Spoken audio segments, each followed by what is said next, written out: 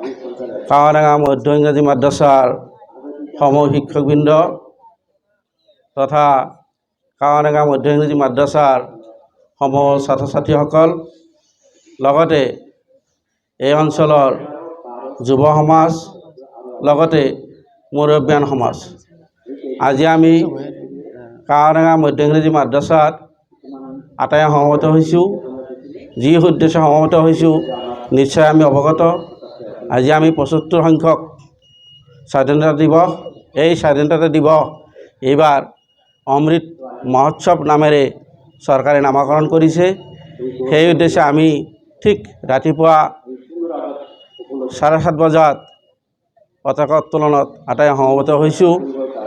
তো এই অনুষ্ঠান পৰিচালনাৰ সময়ত আমাৰ সময়খিনিক আটাইৰে মই সুস্থ বাতাবৰণ পৰিৱেশ ৰক্ষা কৰি ইয়াৰ মৰ্যাদা ৰক্ষা কৰি থাকিব বুলি মই আহ্বান জনাইছোঁ। লগতে আমাৰ কাৱাডাঙ্গা মধ্য ইংৰাজী মাদ্ৰাছাৰ সহকাৰী শিক্ষক মহম্মদ জহিদুৰ ৰহমানক আজিৰ এই অমৃত মহোৎসৱ অৰ্থাৎ স্বাধীনতা দিৱস উপলক্ষে ছাত্ৰ ছাত্ৰী তথা ৰাইজৰ উদ্দেশ্যি দি আছে কিছু কথা অৱগত কৰিবৰ কাৰণে মই অনুৰোধ জনাইছোঁ। শ্ৰদ্ধাস্পদ কাৱাডাঙ্গা মধ্য ইংৰাজী মাদ্ৰাছাৰ শ্ৰদ্ধাৰ প্ৰধান শিক্ষকদেৱ, কাৱাডাঙ্গা মধ্য ইংৰাজী মাদ্ৰাছাৰ বিদ্যালয় পৰিচালনা সমিতিৰ সন্মানিত সভাপতিদেৱ, প্ৰমুখ্যে কাৱাডাঙ্গা গাঁৱৰ গাঁওৰক্ষী বাহিনীৰ সাধাৰণ সম্পাদক মহোদয়, আমাৰ বিদ্যালয়ৰ শিক্ষাগুৰুসকল, মৰমৰ ছাত্ৰ ছাত্ৰীসকল, শ্ৰদ্ধাৰ ৰাইজ, আজি মই পোনপ্ৰথমেই সকলোকেই ৭৫ সংখ্যক স্বাধীনতা দিৱসৰ আন্তৰিক শুভেচ্ছা জ্ঞাপন কৰিছোঁ। মৰমৰ ছাত্ৰ ছাত্ৰীসকল, আমি আজি এই তিৰংগা পতাকাৰ তলত কিয় সমবেত হৈছোঁ তোমালোকে হয়তো কম বেছি হ'লেও অলপ জানা। তথাপিও মই খুব চমুৱাই দুই এষাৰ ক'বলৈ ওলাইছোঁ। আজিৰ এই ৭৫ সংখ্যক স্বাধীনতা দিৱস হীৰক জয়ন্তী বুলি কোৱা হয়, আৰু সেই হীৰক জয়ন্তী উপলক্ষেই এইবাৰ স্বাধীনতা দিৱসৰ অন্য এটা নামাকৰণেৰে নামাকৰণ কৰিছে যে অমৃত মহোৎসৱ। আমি অন্যান্য বছৰ অকল 15 আগষ্ট দিনটোৱেই স্বাধীনতা দিৱস হিচাপে পালন কৰি আহিছোঁ, কিন্তু এইবেলি আমাৰ চৰকাৰে নিৰ্দেশ দিছে যে 14 আৰু 15 তাৰিখ আমি স্বাধীনতা দিৱসৰ যিটো আনন্দ, সেই আনন্দটো আমি 13 তাৰিখৰ পৰাই উপভোগ কৰিবলৈ আৰম্ভ কৰিছোঁ। 13 তাৰিখৰ পৰাই ঘৰে ঘৰে, বিভিন্ন ঘৰে ঘৰে, প্ৰত্যেক ঘৰতেই তিৰংগা পতাকা উৰুৱাই আমি স্বাধীনতা দিৱসৰ যি আনন্দ, সেই আনন্দ উপভোগ কৰিবলৈ আৰম্ভ কৰিছোঁ।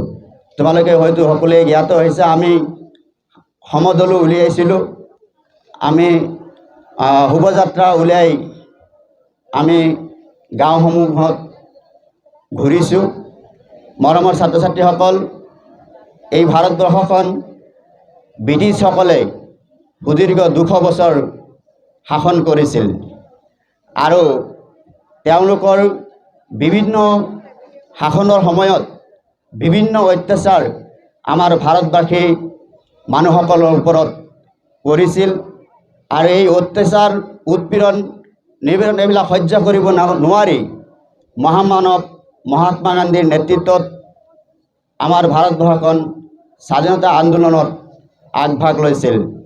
আৰু এই স্বাধীনতা আন্দোলনত আগভাগ লৈ আমাৰ ভাৰতবৰ্ষৰ বহু মনীষী, বহু মহামানৱ নিজৰ জীৱন আহুতি দি হ'লেও আমাৰ ভাৰতবৰ্ষখন আজিৰ দিনটোত অৰ্থাৎ 15 আগষ্ট 1947 চনৰ 15 আগষ্ট তাৰিখে ব্ৰিটিছৰ পৰা আমাৰ নিজৰ হাতত আনিবলৈ সক্ষম হয়।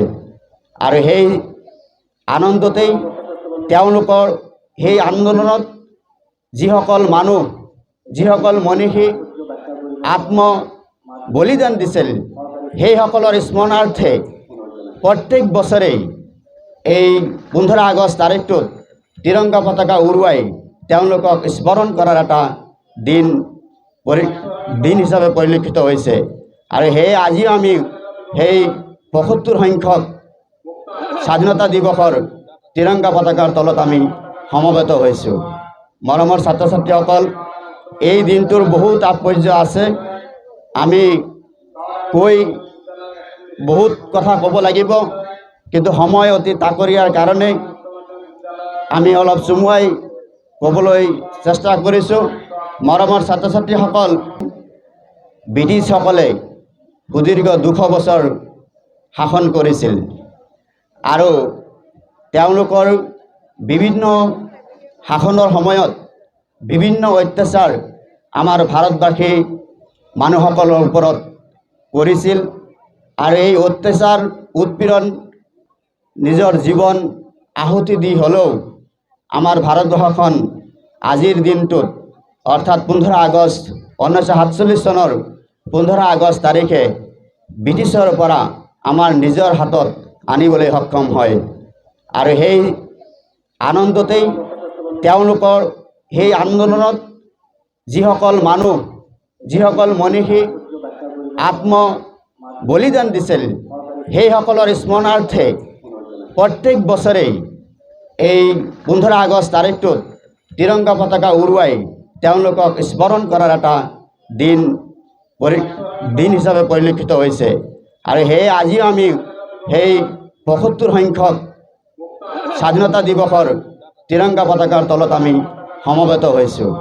মৰমৰ ছাত্ৰ ছাত্ৰীসকল, এই দিনটোৰ বহুত তাৎপৰ্য আছে। আমি আজি স্বাধীন হৈ আমি নিজে স্বাধীন জীৱন যাপন কৰিবলৈ সক্ষম হৈছোঁ। সেয়ে আজিৰ দিনত যিসকল মনীষী, যিসকল ব্যক্তি আমাৰ ভাৰতবৰ্ষখন স্বাধীন কৰাৰ কাৰণেই প্ৰাণ আহুতি দিছিল, তেখেতসকলৰ আত্মাৰ সদ্গতিৰ আমি কামনা কৰিছোঁ। আৰু তেওঁলোকক আমি সকলোৱে শ্ৰদ্ধাৰে স্মৰণ কৰিছোঁ। মৰমৰ ছাত্ৰ ছাত্ৰীসকল, আৰু বৰ বেছি বহলাই নকওঁ, প্ৰখৰ ৰ'দ দিছে। ৰ'দতো তোমালোক যদি ফুল শ্বাৰ্ট পিন্ধিছোঁ, চুলি আমাৰ যেনেকৈ ইচ্ছা তেনেকৈ ৰাখিব পাৰিছোঁ, এইটো আমাৰ এতিয়া অধিকাৰ হৈছে। স্বাধীন আমি স্বাধীন কাৰণেই আমি এনেকৈ আগবাঢ়িব যাব পাৰিছোঁ। কিন্তু ব্ৰিটিছসকলৰ দিনত যদি সিহঁতে কৈছে যে ফুল চোলা পিন্ধিব নোৱাৰিবা, অকল হাফ চোলাই পিন্ধিব লাগিব, চুলি তুমি মূৰত ৰাখিব নোৱাৰিবা, টপামূৰা কৰি ৰাখিব লাগিব, সেইটোৱে কৰিব লাগিছিল। তাৰ বাহিৰে আৰু আমি একো কৰিব পৰা নাছিলোঁ, কাৰণ আমাৰ ভাৰতবৰ্ষৰ মানুহে কৰিব পৰা নাছিল। গতিকে তেওঁ অনুৰোধ জনাইছোঁ। আৰু পতাকা উত্তোলন কাৰ্যসূচীটো আৰম্ভ কৰিবৰ কাৰণে আমি বিনম্ৰভাৱে অনুৰোধ জনাইছোঁ।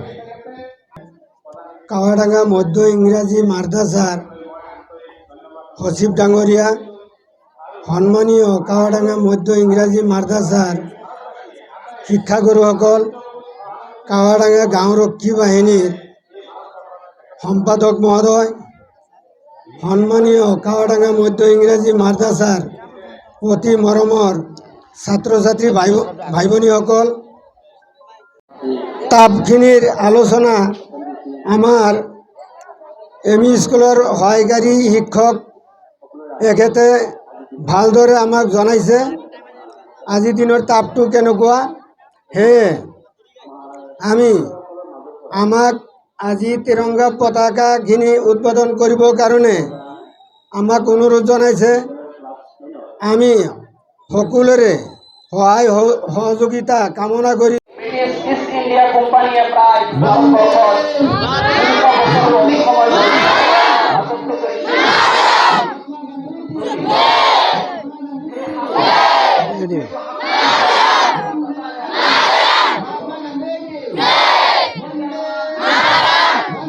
Mantap. महात्मा गांधी की वंदे वंदे पंजाब सिंध गुजरात मराठा द्राविड़ उत्कल गंगा हिंदू चल जमुना गंगा उच्चल चलती तरंगा तब शुभ नामे जागे तब शुभ आशीष मागे गाहे तब जय जनगण मन अधिनायक जय हे भारत भाग्य विधाता जय हे जय हे जय हे जय जय जय जय हे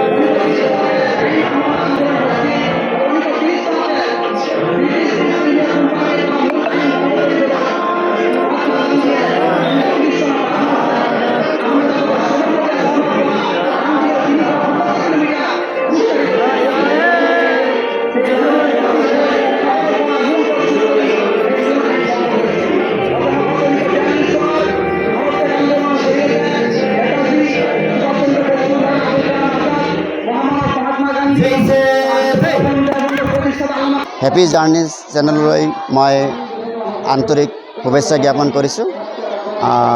আজি আমি কাৱৰডাঙা মধ্য ইংৰাজী মাদ্ৰাছাত ৭৫ সংখ্যক স্বাধীনতা দিৱসৰ পতাকা উত্তোলন কৰিলোঁ আৰু আমি 13, 14 আৰু 15 তাৰিখ আমাক চৰকাৰে নিৰ্দেশ দিয়া মতে আমি সকলো কাৰ্যসূচী পুংখানুপুংখভাৱে আমি পালন কৰি গৈছোঁ। আমি আমাৰ ছাত্ৰ ছাত্ৰীক লৈ আমাৰ গাঁৱৰ ইতিমধ্যে আমি পদযাত্ৰা শোভাযাত্ৰা আমি কৰিছোঁ। আমি সকলো ৰাইজক আমি ছাত্ৰ ছাত্ৰীবিলাকক লৈ শিক্ষক গুৰুসকলে সকলোৱে ৰাইজক আমি সচেতন কৰাৰ কাৰণে স্বাধীনতা দিৱসৰ তাৎপৰ্য তথা স্বাধীনতা দিৱসৰ কি আছে আমি সকলোখিনিয়ে ৰাইজক অৱগত কৰাৰ কাৰণে আমি সকলো ফালৰ পৰাই আগভাগ লৈছিলোঁ আৰু সেই হিচাপে আজি আমি আনুষ্ঠানিকভাৱে আজি ৭৫ সংখ্যক স্বাধীনতা দিৱসৰ তিৰংগা পতাকা উৰুৱাই আমি আনন্দ উপভোগ কৰিছোঁ আৰু এই ক্ষেত্ৰত স্বাধীনতা দিৱসত প্ৰাণ আহুতি দিয়া সকলো শ্ৰদ্ধাৰ ব্যক্তিসকললৈ আমি শ্ৰদ্ধাৰে সুঁৱৰিছোঁ। তেখেতসকলৰ আত্মাৰ চিৰশান্তি আমি কামনা কৰিছোঁ। সন্মুখীন হ'ব লগা হৈছে। গতিকে মাননীয় মুখ্যমন্ত্ৰী মহোদয়লৈ বিনম্ৰ অনুৰোধ, আজি স্বাধীনতা দিৱস উপলক্ষে স্বাধীন নাগৰিক হিচাপে এজন ভাৰতীয় নাগৰিক হিচাপে মাননীয় মুখ্যমন্ত্ৰীলৈ আহ্বান যে তেখেতে যাতে এই বিষয়ে অলপ সুদৃষ্টিৰে চাই এই মানুহখিনিক যাতে কৰ্মসংস্থাপনৰ এটা ব্যৱস্থা কৰে, তাৰ বাবে চৰকাৰৰ প্ৰতি মই বিনম্ৰভাৱে অনুৰোধ জনাইছোঁ যে তেখেতসকলে যাতে এই মানুহখিনিক যিখিনি 3জন বা 4জন বা 2জন শিক্ষক ৰৈ গ'ল, এই বাকী শিক্ষকখিনি লোৱাৰ এটা ব্যৱস্থা কৰি এই মহান অনুষ্ঠানবিলাকৰ মানুহখিনিৰ এটা আত্মাৰ শান্তি দিব বুলি মই চৰকাৰৰ প্ৰতি বিনম্ৰভাৱে অনুৰোধ জনাইছোঁ।